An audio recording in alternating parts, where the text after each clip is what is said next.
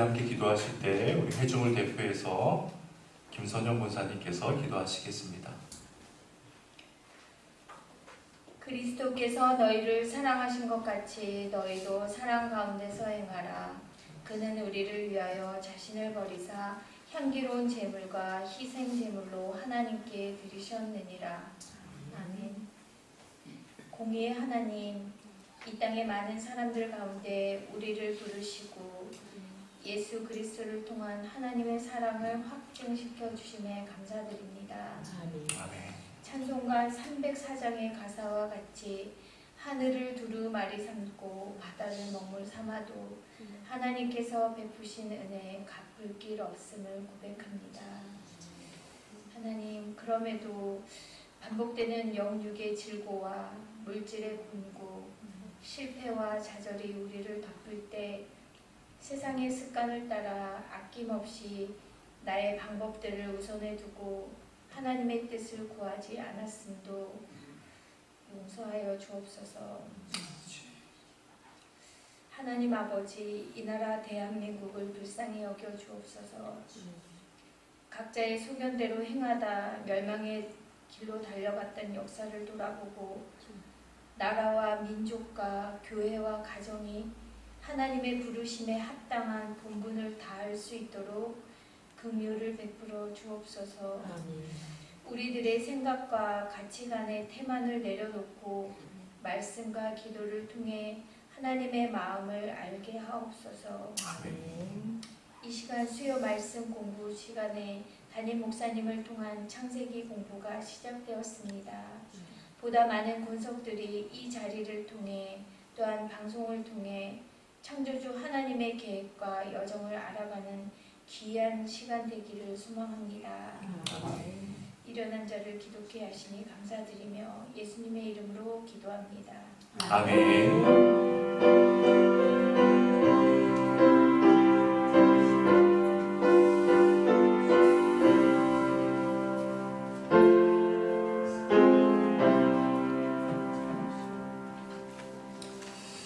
오늘 하나님께서 우리에게 주시는 말씀은 창세기 6장 3절에서 8절 말씀입니다. 창세기 6장 3절로 8절 말씀 함께 봉독해 봅시다. 시작. 여호와께서 이르시되 나의 영이 영원히 사람과 함께하지 아니하리니 이는 그들이 육신이 됨이라. 그러나 그들의 날은 120년이 되리라 하시니라. 당시에 땅에는 네피림이 있었고 그 후에도 하나님의 아들들이 사람의 딸들에게로 들어와 자식을 낳았으니 그들은 용사라 고대 명성이 있는 사람들이었더라. 여호와께서 사람의 죄악이 세상에 가득함과 그의 마음으로 생각하는 모든 계획이 항상 악한 뿐임을 보시고 한탄하사 마음에 근심하시고 이르시되 내가 창조한 사람을 내가 지면에서 쓸어버리되 사람으로부터 가축과 기는 것과 공중의 새까지 그리하리니 이는 내가 그것들을 지었음을 한탄함이니라 하시니라. 그러나 노아는 여호와께 은혜를 입었더라. 아멘. 지난 시간 인간의 타락의 내용을 보여주는 이 창세기 6장의 도입부를 함께 묵상해 보았죠. 우리 1절 말씀 다시 한번 봅시다. 1절 시작. 사람이 땅 위에 번성하기 시작할 때에 그들에게서 딸들이 나니. 자, 1절에서 사람들이 언제 타락하게 되었다고요? 번성하기 시작할 때. 여기서 이 번성하다 라고 하는 말은 히브리 동사 라바라고 했는데 그 원뜻이 뭐라고 했습니까? 커졌다. 번성하다는 커졌다라는 의미라고 했죠. 자기 스스로 크다고 생각하는 사람은 자기가 의식하든 의식하지 않든 반드시 타락의 나락으로 떨어질 수밖에 없다고 했습니다. 그래서 지난주에 이스라엘 초대 왕이었던 사울 왕을 예를 들어서 우리가 함께 묵상해 보았죠. 사울은 왕으로 임명되던 그 순간 자신은 이스라엘 사람들 중에 가장 작은 사람이라고 작게 여겼습니다. 그런데 그가 왕이 되고 나서 이스라엘 왕국이 점점 더 번성해지자 사울은 하나님을 믿는 마음이 자꾸 작아졌어요. 반대로 자기 자신을 크게 생각했죠. 결국 사울은 하나님을 등지고 하나님의 명령을 어기며 타락하게 되었습니다. 따라서 우리도 하나님 앞에서 늘 작은 자임을 인식하고 겸손해야 하는 것이죠. 2절 말씀 봅시다. 시작. 하나님의 아들들이 사람의 딸들의 아름다움을 보고 자기들이 좋아하는 모든 여자를 아내로 삼는지라. 하나님의 아들들, 즉 하나님을 잘 믿고 하나님을 경외하는 사람들이 사람의 딸들, 즉 하나님을 믿지 않는 불신자들의 딸들의 아름다움을 보았다는 거예요. 여기서 이 보다의 원뜻은 그냥 스치듯이 대충 보는 것이 아니라 어떻게 보는 거라고 했어요? 조사하고 주도 면밀하게 주시한다는 그런 의미라고 했죠. 즉 하나님을 믿는다는 남자들이 육체적인 아름다움만을 추구하는 여자들에게 시선을 집중했다는 겁니다. 육체적인 탐닉만을 추구했다는 것이죠. 상대방 여자가 하나님 앞에서 얼마나 신실한지, 얼마나 경건한지, 그의 마음속에 신앙이 있는지를 전혀 고민하지 않았어요. 그리고 뭐라고 해요? 자기들이 좋아하는 모든 여자를 아내로 삼는지라. 여기서 중요한 단어, 여러분 성경에 공표 쳐 있는 데가 뭐예요? 모든이죠. 모든. 이 말은 하나님을 믿는다는 남자들이 세상에서 가장 이쁘고 아름다운 한 여자만을 골라서 결혼했다는 말이 아니라고 했어요. 그때 기분에 따라서, 상황에 따라서 닥치는 대로 자기 눈에 예뻐 보이는 모든 여자와 결혼했다는 겁니다. 거기에는 신앙도 없고 양심도 있을 수 없고 오로지 죄악된 본능만 있을 뿐이었죠. 자, 본문을 봅시다. 본문 3절 말씀이 이렇게 시작이 돼요. 여호와께서 이르시되 나의 영이 영원히 사람과 함께 하지 아니하리니 이는 그들이 뭐가 되라? 뭐가 됐다? 육신이 됨이라. 여기서 그들이 육신이 되었다는 것은 육체가 되었다는 거예요. 즉 육체의 정욕을 따라 살아간다는 그런 의미입니다. 그러니까 하나님께서 모든 사람과 함께하지 않겠다라는 그런 의미가 아니라 육체의 정욕을 따라 사는 그 인간들과는 하나님의 영이 더 이상 함께하지 않는다라는 그런 의미죠. 여러분 생각해 보세요. 육체의 정욕을 따라 사는 사람을 어떻게 성령님께서 함께할 수 있겠어요? 함께 하실래요? 함께 하실 수 없겠죠. 그러면 여러분 어떤 사람과 성령님께서 함께 하실까요? 하나님과의 바른 관계 속에서 자기의 심령을 성령님께서 거주하시는 거룩한 성전으로 갖고 그런 사람의 심령 속에 성령님께서 함께 해주시겠죠. 자 보세요. 육체의 정욕을 따라 사는 자와는 내가 함께하지 않겠다. 여러분 하나님의 영이 함께하지 않는 인간의 육체라는 것을 다른 말로 표현하면 뭘까요? 하나님이 함께하지 않는 인간의 육체, 그냥 고기덩어리에 불과하지 않겠습니까? 내가 하나님의 영을 모시지 않고 내가 아무리 그럴듯한 모습을 갖춘다 해도 육체의 정욕만을 따라 살면 하나님 보시기에 그런 인간은 고기덩어리밖에 되지 않는다는 거예요. 따라서 세상 사람들이 나를 어떻게 보느냐가 중요한 것이 아니라 하나님 앞에서 내가 지금 육체의 정욕을 쫓아 사는 고기덩어리로 살고 있느냐 아니면 거룩한 성전으로 살고 있느냐 우리 자신을 늘 되돌아봐야 되겠죠. 3절 하반절이 이렇게 계속됩니다. 그러나 그들의 날은 몇 년? 120년이 되리라 하십니다. 120년. 여기서 그들은 어떤 사람들이에요? 육체의 정욕만을 따라 살아가는 사람들이죠. 그러나 그들의 날은 120년이 된다는 거예요. 여러분, 이 말씀은 그럼에도 불구하고 120년의 유예 기간을 두시겠다는 그런 의미입니다. 다시 돌아올 수 있는 기회를 주신다는 거예요. 다시 말해서 이 120년이라고 하는 기간은 하나님께서 육체의 정욕만을 따라 살아가는 그 폐역한 인간들이 하나님께 돌아오게 하기 위한 유예의 회개의 기회라고 할 수가 있겠죠. 회개의 시간. 따라서 120년은 인간을 향한 하나님의 사랑이자 은혜의 기회임을 우리가 알 수 있게 됩니다.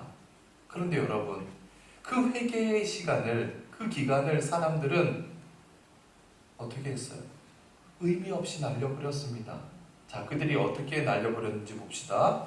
4절이 이렇게 시작이 돼요. 당시에 땅에는 누가 있었어요? 넵피림이 있었고, 다 같이 넵피림. 여러분, 성경에 넵피림 앞에 숫자가 있죠? 아래 줄안을 보면 뭐라고 되어 있어요? 장부. 그렇죠? 장부가. 그러니까 장부. 키 큰 장수. 또 다른 성경에서는 거의 이런 의미가 돼요. 계속 봅시다. 그 후에도 하나님의 아들들이 사람들의 딸들에게로 들어와 자식을 낳았으니 그들은 용사라 고대에 명성이 있는 사람들이었더라. 자, 우리 기억 성경이 정확한 전달이 되지 못하는 것 같아요. 그래서 공동 번역이 이 말씀 잘 번역을 했습니다. 같이 한번 읽어봅시다. 공동 번역으로 4절 말씀 시작. 그때 그리고 그 뒤에도 세상에는 넵피림이라는 거인족이 있었는데 그들은 하나님의 아들들과 사람의 딸들 사이에서 태어난 자들로서 옛날부터 유명한 사람들이었다. 유명한 사람들이었다. 하나님께서 120년이라고 하는 회개의 기간을 주셨어요. 그런데 그 회개의 기간 동안 하나님께로 돌아가기는커녕 믿는다고 하는 사람들이 계속해서 믿지 않는 사람들과 결혼을 하면서 네피림이라고 하는 장수, 용사들을 자식으로 낳았는데 그들은 당대에 어떤 사람들이었다? 유명한 사람, 즉 스타였다는 거예요.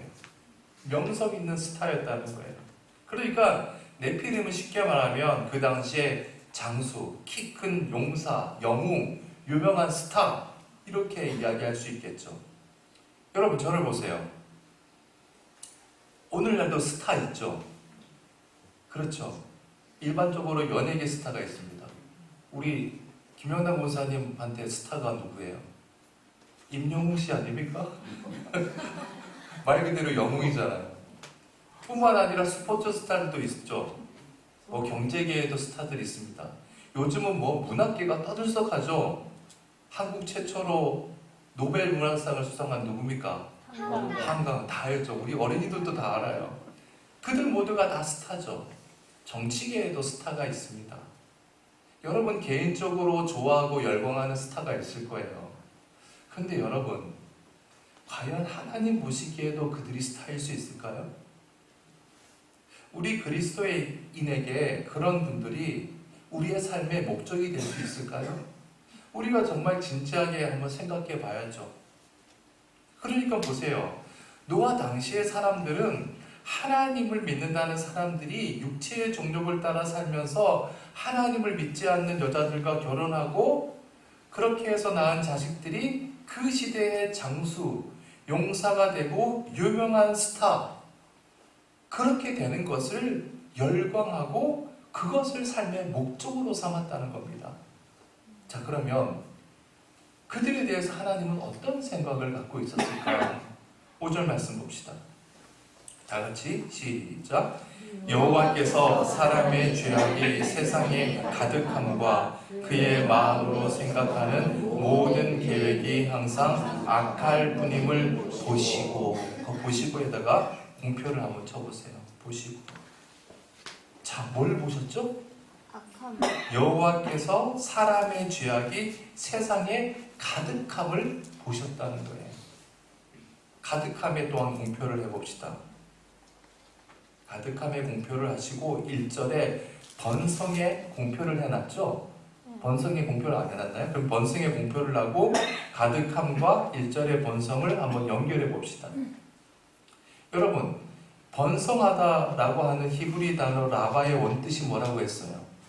커졌다라는 뜻이라고 했죠. 그런데 5절에서 사람의 죄악이 세상에 가득했다. 이 가득하다라고 하는 히브리 말이 라브라고 하는데 1절 라바의 압축형이에요. 그러니까 같은 의미라고 할 수 있어요. 그러니까 보세요. 인간이 자기가 크다고 생각하는 것만큼 죄악도 똑같이 높아졌다는 거예요. 커지면서 죄악도 높아져요. 인간들은 네피림이 우리의 스타다, 영웅이다 라고 하면서 자기들 나름대로 멋지게 지금 살고 있다고 생각했는데 하나님 보실 때는 어때요? 아니라는 거예요. 아니에요. 그래서 여러분 이 네피림이라고 하는 뜻이 뭐 장부, 용사, 영웅, 스타라는 뜻도 있지만 한 가지 뜻이 더 있어요. 이건 지금 방금 말씀드린 거는 긍정적인 뜻인데 부정적인 뜻이 하나가 더 있습니다. 적어보세요. 불안당이라는 뜻이 있습니다. 불안당. 인간들은 그들을 네피림을 용사로, 영웅으로, 스타로 봤지만 하나님 보시기에는 다 뭐예요? 불안당이었다는 거예요. 여러분, 아까도 말씀드렸지만 오늘날 사람들이 열광하는 이 시대의 스타들, 네피림들이 있습니다. 많은 사람들이 그들을 동경하고 삶의 목표로 삼아요. 그러나 하나님 보시기에는 전혀 다를 수 있다는 것이죠. 5절 하반절 봅시다. 그의 마음으로 마음의 공표를 합시다. 생각하는 생각의 공표, 모든 계획의 공표, 항상 악할 분임을 보시고 마음, 생각, 계획을 한 줄로 연결해 봅시다. 마음과 생각과 계획이 항상 어떠했다고요? 악했다는 겁니다. 당시 사람들은 네피림에 열광하고 그들을 멋지다라고 생각했는데 하나님 보시기에는 그 모든 인간들의 마음과 생각과 계획이 항상 악했다는 거예요.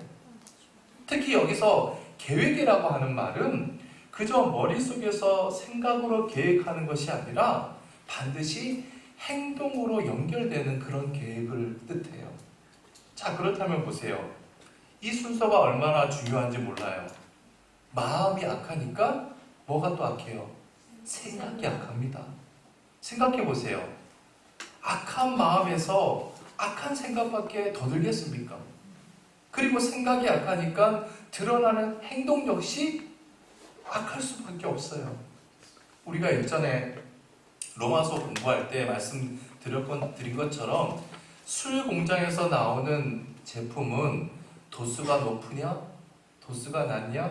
비싼 술이냐? 싼 술이냐? 그 차이밖에 없다고 했죠. 왜요? 술 공장에서 나오는 것은 다 뭐예요? 다 술이에요. 다 술이기 때문이에요. 마찬가지예요. 악한 사람 마음에서도 정도의 차이만 있지 하나님 보시기에는 모두 다 악한 생각, 악한 행동으로 이어진다는 것입니다. 그래서 여러분, 우리는 우리의 마음을 바르게 잡는 게 너무너무 중요해요. 예수님께서 마태복음 5장 8절에서 뭐라고 말씀하셨습니까? 시작! 마음이 청결한 자는 복이 있나니 그들이 하나님을 볼 것이며. 다시 한번 시작! 마음이 청결한 자는 복이 있나니 그들이 하나님을 볼 것이며. 내 마음이 청결하면 하나님이 보여요. 내 마음이 청결하면요, 생각도 청결할 수밖에 없죠. 그러면 내 행동도 내 계획도 청결해질 수밖에 없는 거 아니겠습니까? 그렇다면 우리는 우리의 마음을 어떻게 하면 청결하게 할 수 있을까요? 우리의 마음이 하나님을 향해야 합니다. 하나님을 향함으로 하나님의 거룩하심과 하나님의 사랑으로 우리의 마음이 청결하게 새로워질 수 있는 것이죠. 우리의 마음이 하나님을 향한다는 것을 바꾸어 말하면 이렇게 표현할 수 있어요. 하나님의 말씀으로 우리의 심령을 채우는 겁니다. 그 말씀이 내 속에서 차곡차곡 채워지고 쌓여서 역사할 때 우리의 생각과 우리의 행동이 달라질 수 있는 것이죠. 이와 관련해서 시편 37편 30절 31절 말씀 읽어봅시다. 시작. 의인의 입은 지혜로우며 그의 혀는 정의를 말하며 그의 마음에는 하나님의 법이 있으니 그의 걸음은 실족함이 없으리로다. 여러분, 왜 걸음에 실족함이 없을 수 있죠? 하나님의 법이 그의 마음속에 살아 움직이기 때문이죠. 따라서 그의 생각도 그의 행동도 그의 계획도 바르게 연결될 수밖에 없는 것이죠. 그렇습니다. 우리가 하나님을 믿는다고 하면서 우리의 마음속에 하나님의 말씀을 담지 않으면 하나님 보시기에는 우리의 생각도 우리의 행동도 악할 수밖에 없다는 것을 잊어서는 안 됩니다. 자, 여기서 5절 제일 끝에 단어가 뭐예요? 보시고죠. 보시고의 공표를 치셨죠? 그리고 2절 끝에 사람들의 딸들의 아름다움을 보고 돼 있죠. 거기에도 공표를 치시고 서로 연결해 봅시다. 5절에서 보시고와 2절의 보고가 히브리 동사로 라, 다 똑같아요. 이게 무슨 말일까? 인간들도 세상을 보았지만 하나님께서도 세상을 봤다는 것이죠. 인간들도 세상을 보고 하나님께서도 세상을 보신 겁니다. 그런데 인간은 세상을 보면서 거기에 있는 네피림들을 스타로, 영웅으로 생각했어요. 반면에 하나님께서는 똑같은 세상을 바라보시면서 네피림들을 어떻게 봤어요? 불안당으로 보셨어요. 전혀 판단이 다르죠.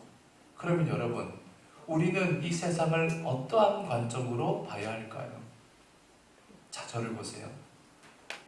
여러분, 출애굽기에 보면 출애굽한 이스라엘 백성들이 바란 광야에 가데스 바네아라고 하는 곳에 당도했을 때입니다.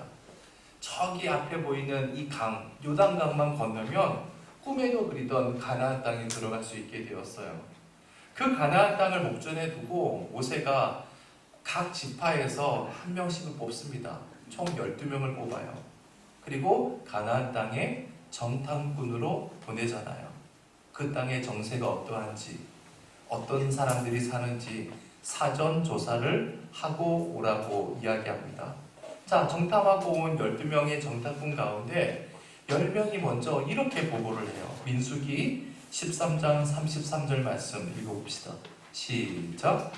거기서 네피림 후손인 아낙 자손의 거인들을 보았나니 우리는 스스로 보기에도 메뚜기 같으니 그들이 보기에도 그와 같았을 것이니라. 자, 보세요. 그 가나안 땅에 누가 있었어요? 네피림들이 있었다는 거예요. 네피림 후손인 아낙 자손의 거인들. 여기서 거인, 이 거인이 히브리 말로 음역하면 네피림이에요. 똑같아요. 그러니까 10명의 정탐꾼들이 볼 때 거기에 네피림들이 있는 거예요. 즉 멋지고 키 큰 장수들, 화려한 용사들, 영웅들, 스타들이 있었다는 겁니다. 그래서 뭐라고 해요? 우리는 스스로 보기에도 메뚜기 같으니 그들이 보기에도 그와 같았을 것이니라.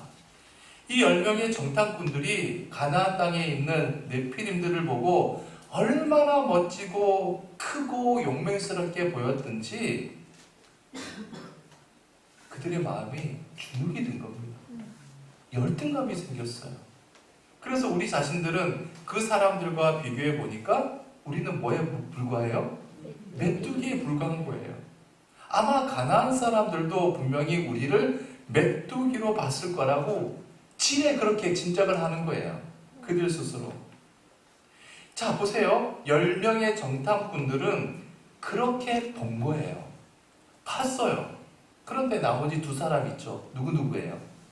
여호수아하고 갈렙이죠. 그 두 사람은 똑같은 사람을 보고 뭐라고 했느냐? 민수기 14장 9절 하반절입니다.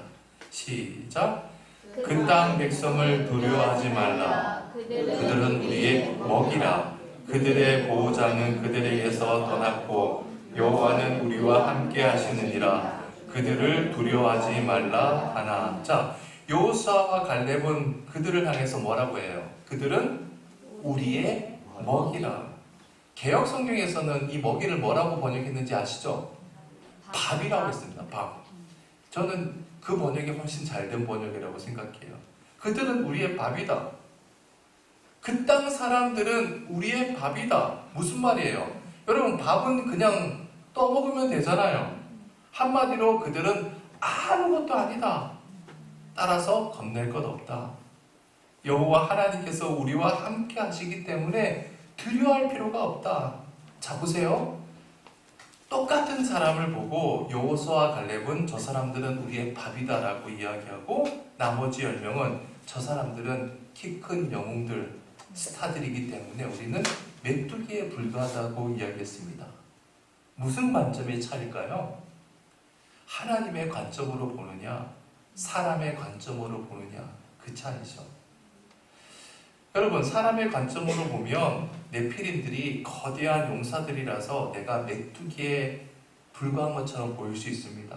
하지만 하나님의 관점으로 보면 육체의 정욕을 따라 사는 자들은 아무리 커봐야, 아무리 잘나봐야 그냥 큰 고깃덩어리에 불과하잖아요. 그렇지 않습니까? 그래서 그것은 밥에 불과해요. 그러면 하나님 앞에서 두려울 거 하나도 없죠. 여러분, 그렇습니다. 이렇듯 우리가 어떠한 관점으로 살아가느냐 하는 것은 정말 중요해요. 여러분, 우리 주위에, 여러분들 주위에 네피림들 많죠? 내 직장, 내 사업장, 내 학교, 나보다 우월하고 나보다 잘 나가고 돈 잘 벌고 잘생겼고, 그들을 네피림이라고 생각하면 나는 더없이 작은 메뚜기에 불과할 수밖에 없어요. 그래서 하나님을 믿는다는 내가 하나님을 믿지 않는 그 거대한 네피림 앞에 서면 나는 한없이 작아져서 주눅들고 메뚜기처럼 열등감을 갖게 되는 경우가 얼마나 많은지 몰라요. 그러나 여러분, 절대로 잊지 마십시다. 하나님 없는 네피림보다 하나님 있는 메뚜기가 더 귀한 거예요. 그렇지 않습니까? 하나님 없는 네피림은요, 모두 하나님의 때에 소멸되게 돼 있어요. 따라서 여러분, 내가 이 세상에서 사람들이 나를 메뚜기라고 치부하면서 업신여긴다 할지라도 내가 하나님을 중심으로 살아가는 한 하나님께서 영원한 당신의 생명으로 나를 존귀하게 책임져 주신다는 것을 잊지 마시길 축원해 드립니다. 6절 말씀 봅시다. 땅 위에 사람 지으셨음을 한탄하사 마음에 근심하시고. 모든 인간들이 다 죄로 가득 차고 마음과 생각과 계획이 항상 악할 뿐인 것을 보시고 하나님께서는 자신이 사람을 지으셨다는 것을 한탄하셨다는 거예요. 그리고 근심하셨다는 거예요. 여기서 한탄하셨다, 이 말이 히브리 말로 라함이라고 하는데 후회하셨다라는 뜻이에요. 한탄하셨다가 뭐라고요? 후회하셨다. 여러분, 제가 여러분에게 질문을 드려보겠습니다. 여러분, 하나님은 후회하는 분이세요? 아니세요? 후회하지 않는 분이세요. 후회하세요? 아니요. 하나님 후회하시는 분인가요? 아닌가요? 아니에요. 자신감 있네요. 민수기 23장 19절 말씀 봅시다. 민수기 23장 19절 말씀 시작. 하나님은 사람이 아니시니 거짓말을 하지 않으시고 인생이 아니시니 후회가 없으시도다. 어찌 그 말씀하신 바를 행하지 않으시며 하신 말씀을 실행하지 않으시랴. 여러분, 생각해 보세요. 하나님이 후회하시는 그런 하나님이라면 그런 하나님을 우리가 어떻게 믿을 수 있겠습니까? 그렇잖아요. 내가 정말 고심 끝에 하나님을 믿었는데 하나님께서 후회하시고 야, 사실 나 너를 부르지 않았어. 그렇게 하신다면, 그런 말씀하신다면 얼마나 허망이에요. 얼마나 참담합니까? 그렇죠. 여러분, 하나님은요, 절대로 후회하시는 그런 분은 아니세요. 아멘. 전지전능한 분이시기 때문에 그런 하나님에게 후회라는 건 있을 수가 없어요. 자, 그러면 왜 여기서 하나님께서 사람을 지으셨음을 한탄하고 후회하시면서 근심하셨다 이런 표현을 하고 있을까요? 이것은 실제로 후회하시거나 근심하셨다 그런 의미가 아니라 인간의 타락으로 인해서 하나님께서 마음 아파하시는 그 하나님의 마음을 인간의 입장에서 인간이 이해하기 쉬운 방법으로 표현한 겁니다. 그런 표현법인 거예요. 일종의 과장법 같은 것이죠. 여러분, 성경에는 그런 표현이 많이 등장해요. 또 예를 들어서 영이신 하나님께서 우리를 어떻게 지으셨다고 해요? 당신의 형상으로 지으셨다고 하잖아요. 그런데 여러분, 사실 하나님이 우리와 똑같으실 수는 없잖아요. 어떻게 하나님과 우리가 똑같아요? 어떻게 창조주와 피조물이 똑같을 수 있어요? 그럴 수는 없죠. 그러나 그 하나님을 우리에게 가장 잘 이해시키기 위해서 그런 표현을 하신 것이죠. 일종의 표현법인 거예요. 오해하시면 안 됩니다. 7절 말씀 봅시다. 7절 다 같이 읽어볼게요. 시작. 이르시되 내가 창조한 사람을 내가 지면에 쓸어버리시되 사람으로부터 가축과 기는 것과 공중의 새까지 그리하리니 이는 내가 그것들을 지었음을 한탄함이니라 하시니라. 자, 하나님께서 육체의 정욕을 따라 살아가는 그 인간들을 쓸어버리시겠다. 다른 말로 심판하시겠다라고 하시는 거예요.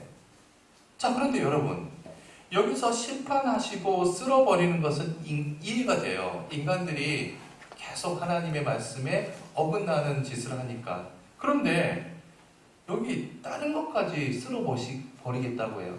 뭐를 쓸어버리겠다고 하죠? 가축, 기는 것, 공중의 새까지. 여러분, 인간들이 죄를 지었는데 왜 죄와는 상관없는, 여러분, 우리 집에서 키우는 강아지, 고양이, 날아다니는 비둘기, 그것들이 죄 짓는 거 봤어요? 눈에 좀 볼썽 사나울 때는 있겠지만 죄를 짓나요? 제가 볼 땐 죄 안 짓는 것 같아요. 그럼에도 왜 하나님께서는 가축과 기는 것과 공중의 새까지도 없애버리시겠다고 하시는 걸까? 여기서 우리는 인간을 끔찍이도 사랑하시는 하나님의 모습을 역설적으로 볼 수가 있습니다. 즉, 인간에 대한 사랑, 그 애정이 얼마나 깊이 배어 있는지 알게 돼요. 이런 의미죠. 너희가 없으면 이 세상 그 무엇도 나에겐 아무것도 필요 없어. 그 말이에요. 여러분, 그렇습니다. 하나님께서는 여러분이 아니면 이 세상 만물을 버리실 정도로 오늘도 여러분을 사랑하고 계세요. 그래서 여러분들을 바라보시면서 이렇게 말씀하시는 거예요. 사랑하는 아무개야, 나는 너를 너무나도 사랑한단다. 너가 없으면 이 세상 모든 것도 아무것도 필요 없단다. 즉, 하나님의 나에 대한 사랑의 고백이죠. 그래서 스바냐 말씀 한번 봅시다. 우리 잘 아는 말씀이죠. 스바냐 3장 17절 말씀 시작. 너의 하나님 여호와가 너의 가운데에 계시니 그는 구원을 베푸실 전능자이시라. 그가 너로 말미암아 기쁨을 이기지 못하시며 잠잠히 사랑하시며 너로 말미암아 즐거이 부르며 기뻐하시리라 하리라. 보세요. 하나님께서 우리를 얼마나 사랑하시면 우리 때문에 기쁨을 이기지 못하신대요. 잠잠히 사랑하신대요. 즐거이 우리를 부르시고 기뻐하신다는 겁니다. 이것이 곧 하나님께서 우리 각자를 품고 있는 당신의 마음이죠. 그래서 본문 7절 말씀을 통해서 우리 인간을 극진히 사랑하시는 하나님의 마음을 우리가 읽을 수 있습니다. 자, 모든 인간이 다 타락했어요. 그래서 하나님께서는 120년이라는 회개의 기간을 또 주셨어요. 그럼에도 불구하고 하나님을 외면하니까 하나님께서는 모든 것을 쓸어 버리시겠다라고 하십니다. 자, 근데 8절이 이렇게 시작을 하죠. 8절 뭐라고 시작해요? 그러나의 공표를 해보세요. 그러나 얼마나 참 감동적인 표현, 접속사인지 몰라요. 절망적인 앞절의 상황과는 전혀 다르다는 거죠. 그러나 노아는 여호와께 은혜를 입었더라. 여러분, 어느 시대 어느 때나 하나님의 은혜를 입는 사람들은 꼭 있습니다. 그래서 노아라고 하는 그 이름에 여러분의 이름을 대입시켜도 돼요. 생각해 보세요. 우리가 하나님의 은혜를 입지 않았으면 어떻게 이 자리에 나올 수 있었겠습니까? 그렇다면 어떻게 노아가 여호와께 은혜를 입을 수 있었을까? 어떻게 입을 수 있었을까요? 그것은 우리가 대답하기 참 어려워요. 왜요? 하나님의 절대 주권이니까. 이유가 없죠. 하나님의 절대 주권에는 어떻게 우리가 감히 토를 달겠어요? 그런데 우리는 이미 지난 시간에 창세기 5장을 통해서 노아가 하나님의 은혜를 입을 수밖에 없는 그런 상황을 확인을 했었습니다. 그게 뭐였냐면 5장 마지막 절 32절 말씀이에요. 다 같이 시작. 노아는 500세가 된 후에 셈과 함과 야벳을 낳았더라. 자, 노아는 500세가 되기까지 자식을 낳지 못하는 철저한 인생의 실패자였죠. 그런데 그 노아가 세상의 네피림들을 보면서 그들 앞에서 주눅이 들거나 열등감을 느끼거나 자기 절망 속에서 살았나요? 아니에요. 노아에게는 500세가 될 때까지 단 한 명도 자식이 없었지만 세상의 네피림들이 그의 인생의 목적이 아니었습니다. 노아는 자신에게 부족한 것이 있었기 때문에 오히려 하나님만 바라볼 수가 있었어요. 그러니 하나님께서 그 노아에게 은혜를 주실 수밖에 없죠. 여러분, 다윗의 시 중에서 가장 유명한 시가 시편 23편 아닙니까? 시편 23편 1절 말씀. 저를 한번 다 보세요. 저를 보고 한번 다 암송해 봅시다. 여호와는 시작. 여호와는 나의 목자시니 내가 부족함이 없으리로다. 내게 부족함이 없으리로다. 여러분, 다윗이 정말 일평생 동안 부족함이 없었나요? 부족함이 없었나요? 아니에요. 부족함 많은 사람이었습니다.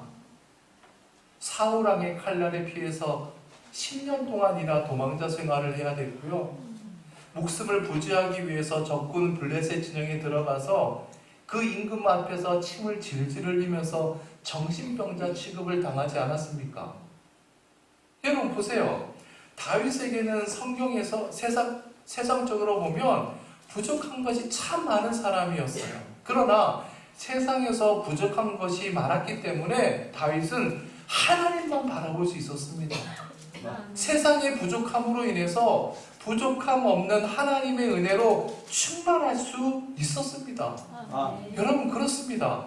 우리가 이 세상을 살아가는데 어떤 면에서건 부족함이 있는 것이야말로 하나님의 은혜예요. 그 부족함 때문에 우리는 부족함이 없는 하나님의 은혜 속에서 살 수 있는 것이죠.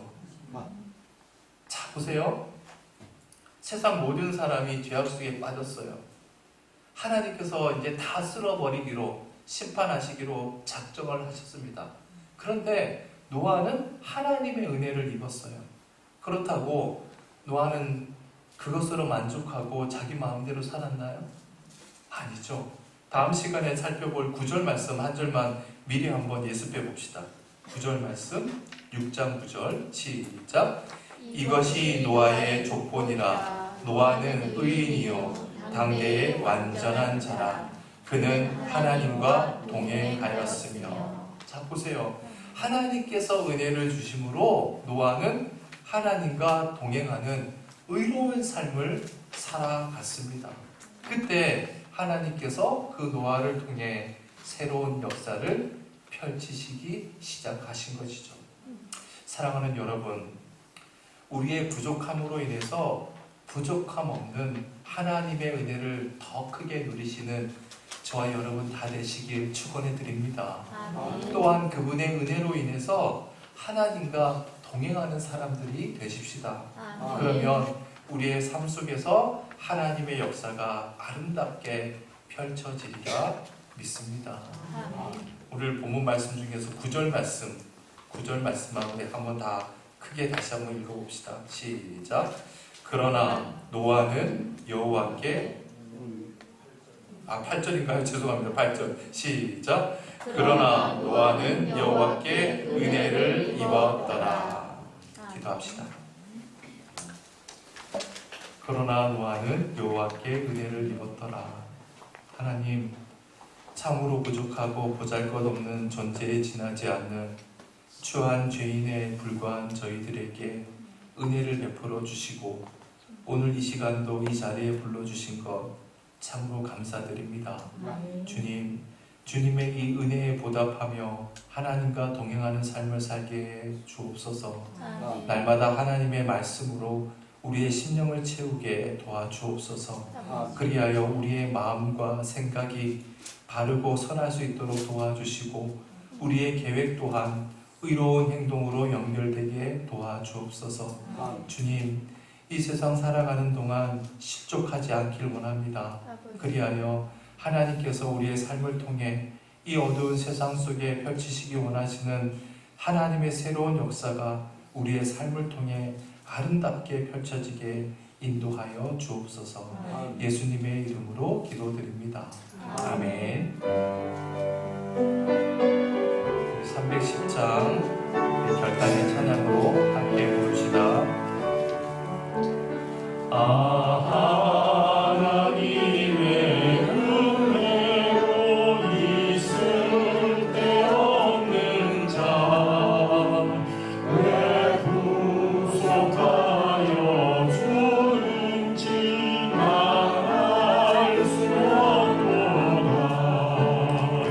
내가 믿고 의지함은 내 모든 형편하시는 주님 늘 보호해 주실 것을 나는 확실히 아네. 왜 내게 굳센 믿음과 또 복음 주셔서 내 마음이 항상 편한지 난 알 수 없도다.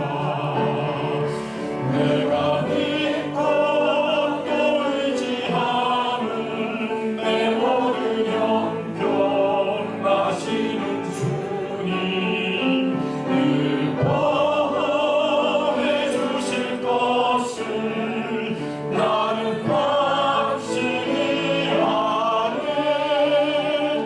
왜 내게 성령 주셔서 내 마음 감동해 주 예수 믿게 하는지 난 알 수 없도다. 내가 믿고 또 의지하는 내 모든 형편